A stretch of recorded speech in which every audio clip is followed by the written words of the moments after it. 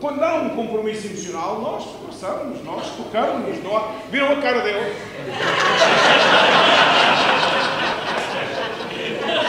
Porque nós somos...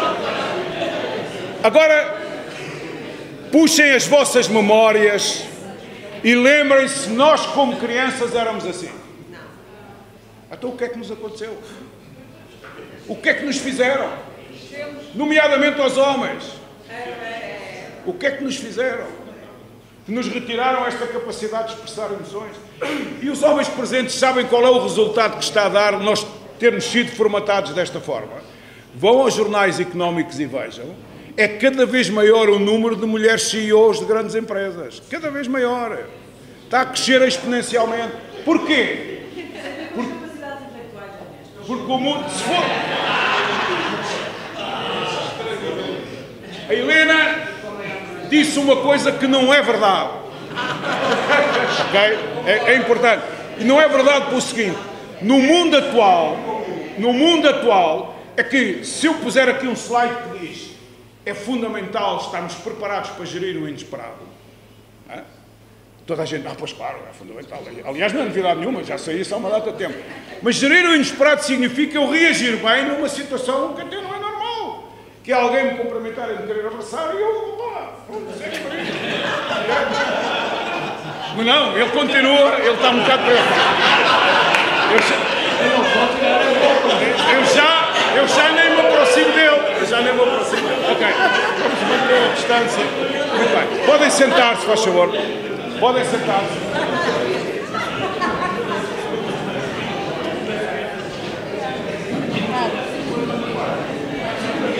Where are your seats?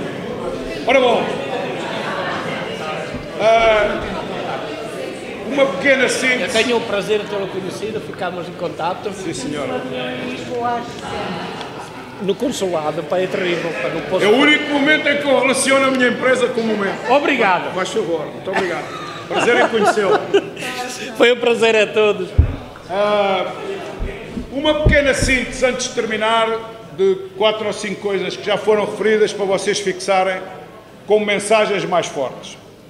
Não esqueçam que por melhores que vocês sejam, quem jogam são os vossos jogadores. Não são vocês. Na maioria das vezes, são as pessoas que vocês dirigem. E mais, com o crescimento das organizações, na maioria das vezes eles jogam e vocês não estão lá. Vejam o grau de treino que vocês têm que conseguir atingir em termos de atitudes e comportamentos. Muito bem. Isto serve para também retirarem da cabeça um quadro mental que nos tem prejudicado muito na área comportamental. Eu queria dizer-vos que na área comportamental, praticamente, eliminei a palavra formação. E só digo treino na área comportamental e não digo formação na área comportamental. Porque, automaticamente, quando se diz formação na área comportamental, fala-se de alguém a falar de formação na área comportamental para alguém que ouve o que é a formação na área comportamental. Eu falo de treino na área comportamental porque, para mim, o treino na área comportamental significa as pequeninas experiências que vocês têm estado a viver. É preciso treinar atitudes e comportamentos em determinados contextos. Isto é que é treino. O resto é aprendizagem intelectual. Eu não consigo aprender a gerir o inesperado se meramente tiver uma aquisição intelectual. Nós temos, em relação ao nosso cérebro, a designação dos 3 cérebros, portanto, do racional, do emocional e do reptiliano ao primitivo, e é fundamental perceber que em tudo o que respeita à relação entre as pessoas, não é o racional que está a atuar, é o emocional e é o primitivo. Mas, na área da negociação, na área da relação entre as pessoas, o meu impacto nele, se eu quiser convencer a abraçar-me, vai ter que ser por via do cérebro reptiliano dele e do emocional. Eu, se for com o racional, ele vai continuar a desistir sempre. Agora, eu não desisto.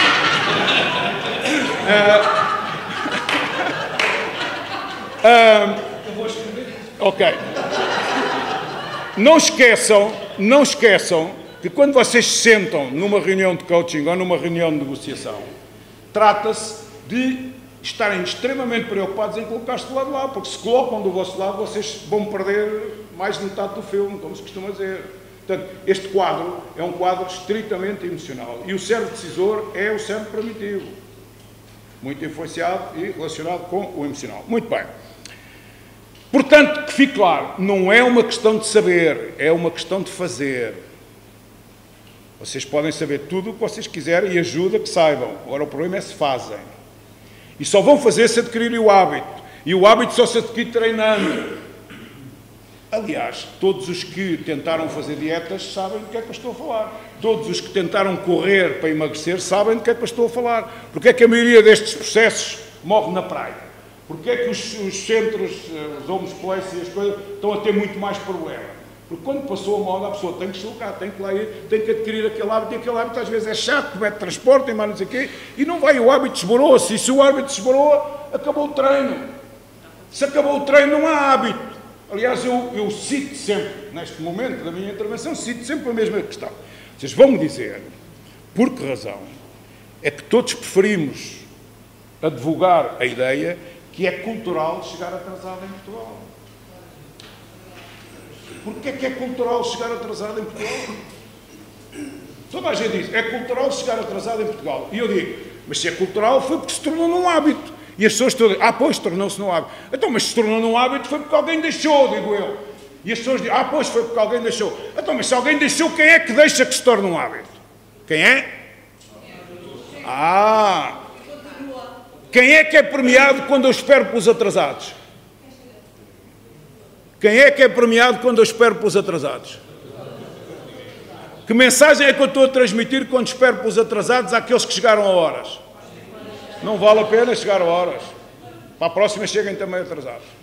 Então, é um problema de liderança ou não é um problema de liderança? É um problema de exemplo ou não é um problema de exemplo? Portanto, é um problema de atitude, é um problema de hábito. O senhor há 2500 anos tinha toda a razão. É um problema de hábito. E por onde é que o hábito começa? Por vocês. Na maioria das vezes o problema está é que vocês não têm o hábito e, portanto, não são o exemplo. Por muito que isso vos doa. Por muito que isso vos doa, esta é que é a realidade. Ok? É aqui que os treinadores são implacáveis, porque os treinadores aprenderam que se eles são os primeiros a chegar atrasados, não há equipa para ninguém. Ok? E, portanto, a gente já sabe que... Outra síntese muito importante. Tudo se treina, em tudo se melhora. Depende se eu assumo o desafio e estou disposto a fazer isso mesmo. Desde atirar-me para o chão, levar com bolas na cara, sacrificar, o que vocês quiserem, tudo se treina e em tudo se melhora. Agora, resta saber se eu estou disposto a fazê-lo. E se quem me lidera consegue criar o contexto para que eu faça. Não esqueçam que eles estão sempre a olhar e vocês estão sempre a comunicar, mesmo quando não dizem nada. E, portanto, estão sempre a ter efeito. Ultimamente apareceu uma literatura que eu vos recomendo vivamente. Eu sempre tive a noção que esta questão de liderar pessoas e equipas era muito uma responsabilidade, acima de tudo, e acima de tudo também uma capacidade de influenciar. Ultimamente têm aparecido uns trabalhos interessantíssimos, mesmo de autores portugueses, que trazem para cima da mesa uma questão decisiva. É que a influência... A minha capacidade de influência depende em 80% do meu caráter. Da pessoa que eu sou, coisa que foi dita em algumas intervenções anteriores. Mas eu vou ter esta percepção. Aliás, basta olhem para o mundo da política. Sem se debruçarem com nomes, nem com nada, não vamos fazer disto com isso. Mas olhem para o mundo da política e vejam. O nosso sentimento é provocado por quê? É porque eles são maus políticos? Não, é porque, na maioria das vezes, a gente pensa que eles têm mau caráter. É a mesma coisa que vocês terem alguém que vos dirige em que vocês não ganham confiança porque a pessoa não evidencia o caráter próprio para poder ter influência. Em 100%, 80% é uma questão de caráter. É bom não esquecer isto. Portanto, é uma questão de princípios, de regras, de valores. Eu habituei-me com os meus mestres norte-americanos a que eles chegavam a qualquer clínica e a qualquer momento em que falavam para nós e os primeiros 15 minutos eram dedicados a uma coisa que se chamava My Philosophy. E o My Philosophy é o treinador que chega e diz: antes de eu vos apresentar as minhas soluções técnico-táticas, é muito importante que vocês saibam que os meus princípios, as minhas regras e os meus valores são estes. E é a partir daqui que eu monto tudo o resto na área técnica e da área tática. Se vocês não acreditam nestes princípios, nestas regras e nestes valores, vocês não ouçam nada do que eu vou dizer a seguir, porque não vos vai valer para nada. que é a luta que eu travo, sem ter nada contra as fórmulas e as técnicas e as ferramentas, é a luta que eu travo que é tudo muito bom se eu assumir que é aquilo que eu vou fazer. E, portanto, é acima de tudo um problema de atitude. E ontem, por mero acidente, deparei com uma coisa na internet, retirada da Google, de um guru que é de nascimento indiano, mas que vive nos Estados Unidos, que diz assim: recrutam-se para as organizações pessoas extremamente classificadas, enquanto engenheiros, enquanto financeiros, enquanto comerciais, mesmo cientistas, etc. São selecionados pela qualidade das suas qualificações e pelas suas competências técnicas. Por esta razão, muitos deles são, entretanto, promovidos para... A minha própria letra está difícil. Para cargos onde têm que dirigir pessoas e equipas. E quase sempre, é ele que diz, não sou eu, e quase sempre, a grande maioria, debate-se com imensa dificuldade para compreenderem, motivarem e inspirarem as pessoas que dirigem as equipas que dirigem. E este mesmo senhor, num determinado momento, diz, e no mundo que a gente está a viver hoje em dia e com aquilo que a gente vai ouvindo, é duro que o homem... Ele teve capacidade para dizer, e se o afirma, ele tem lá as razões dele. A propósito do caráter, porque ele diz, muito mais importante que a estratégia é o caráter, muito mais importante que a capacidade estratégica de quem lidera é o caráter que quem lidera tem. Isto para vos dizer o quê? Para vos dizer que se vocês têm que influenciar pessoas e equipas, vocês têm que... A evidência tem que ser pessoas que são reconhecidas e que criam elos de confiança, de outra maneira estão perdidos. Por mais técnicas e mais ferramentas que vocês dominem. É a minha tese, vale o que vale. Fui treinador, é por isso que eu estou aqui a desafiar-vos para vocês pensarem em intervirem como treinadores. Cada um de vocês tirará daqui as conclusões que entenda e... Claro, na negociação, tudo, isso aí, entre tudo e mais alguma coisa. Muito bem, portanto, eu cumpri escrupulosamente a hora que me deram e agora passo para o painel das perguntas e vocês farão as perguntas que entendam.